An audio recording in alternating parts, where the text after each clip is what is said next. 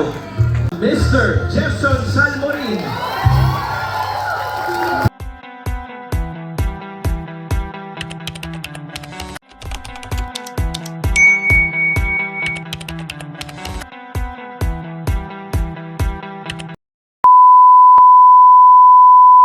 Good morning mga ka-partner! It's me again, Jefferson Salmorin, your ka-partner loan consultant. Mga ka-partner, bago ako magbablog sa topic ko ngayon, magpapasalamat muna ako sa mga nag-like, nag-share ng video about sa LCR, about car truck financing.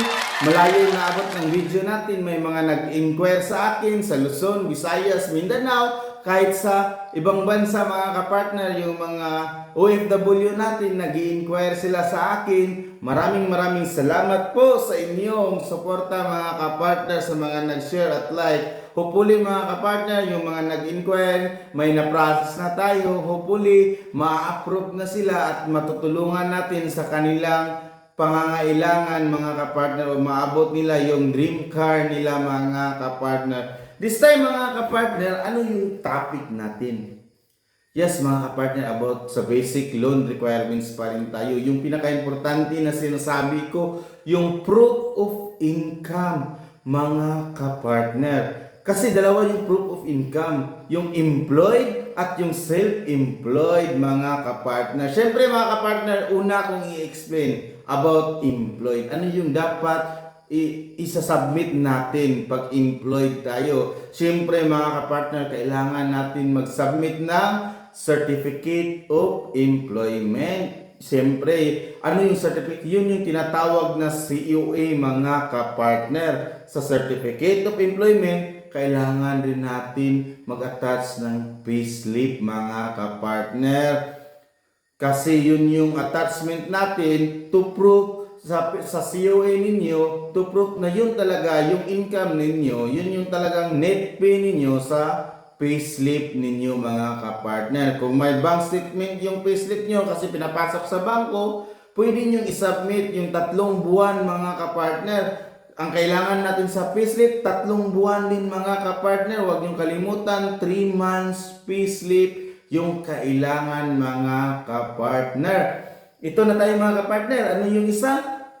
Self-employed mga kapartner.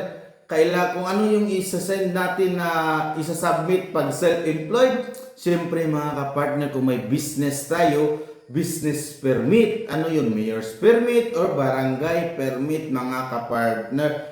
Sapat na ba iyon? Yun yung tanong mga kapartner sa proof of income. Siyempre mga kapartner, ang sagot dyan, hindi pa sapat yung business permit or yung barangay permit ninyo mga kapartner. Kailangan pa natin ng attachment. Ano yung attachment natin dyan? Dito na tayo mga kapartner. Siyempre, i-attach natin yung bank statement. 3 months na bank statement mga kapartner. Yun yung kailangan na i-attach natin.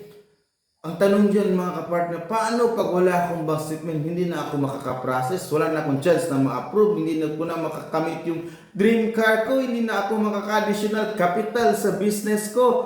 Mga kapartner, ang sagot dyan, hindi. Pwede pa kayo ma-approve, 100% ma-approve pa kayo. Ano yung dapat i-submit natin? Mga kapartner, simple lang yung daily sales natin. 3 months daily sales, yung dililista natin na araw-araw na income natin mga kapartner. Yung araw-araw na gross of income natin mga kapartner. Yun yung isubmit nyo. Ilista nyo yung mga gross income ninyo. Yun yung isasubmit mo. 3 buwan mga kapartner. Yun yung hinihingi at isasubmit nyo sa amin mga kapartner. Siyempre, malaki na yung chance na ma-approve tayo. Alam nyo na kung ano yung kailangan sa self-employed. Ano yung kailangan sa employed. Pag may business kayo, ano yung iatas pag walang bank statement.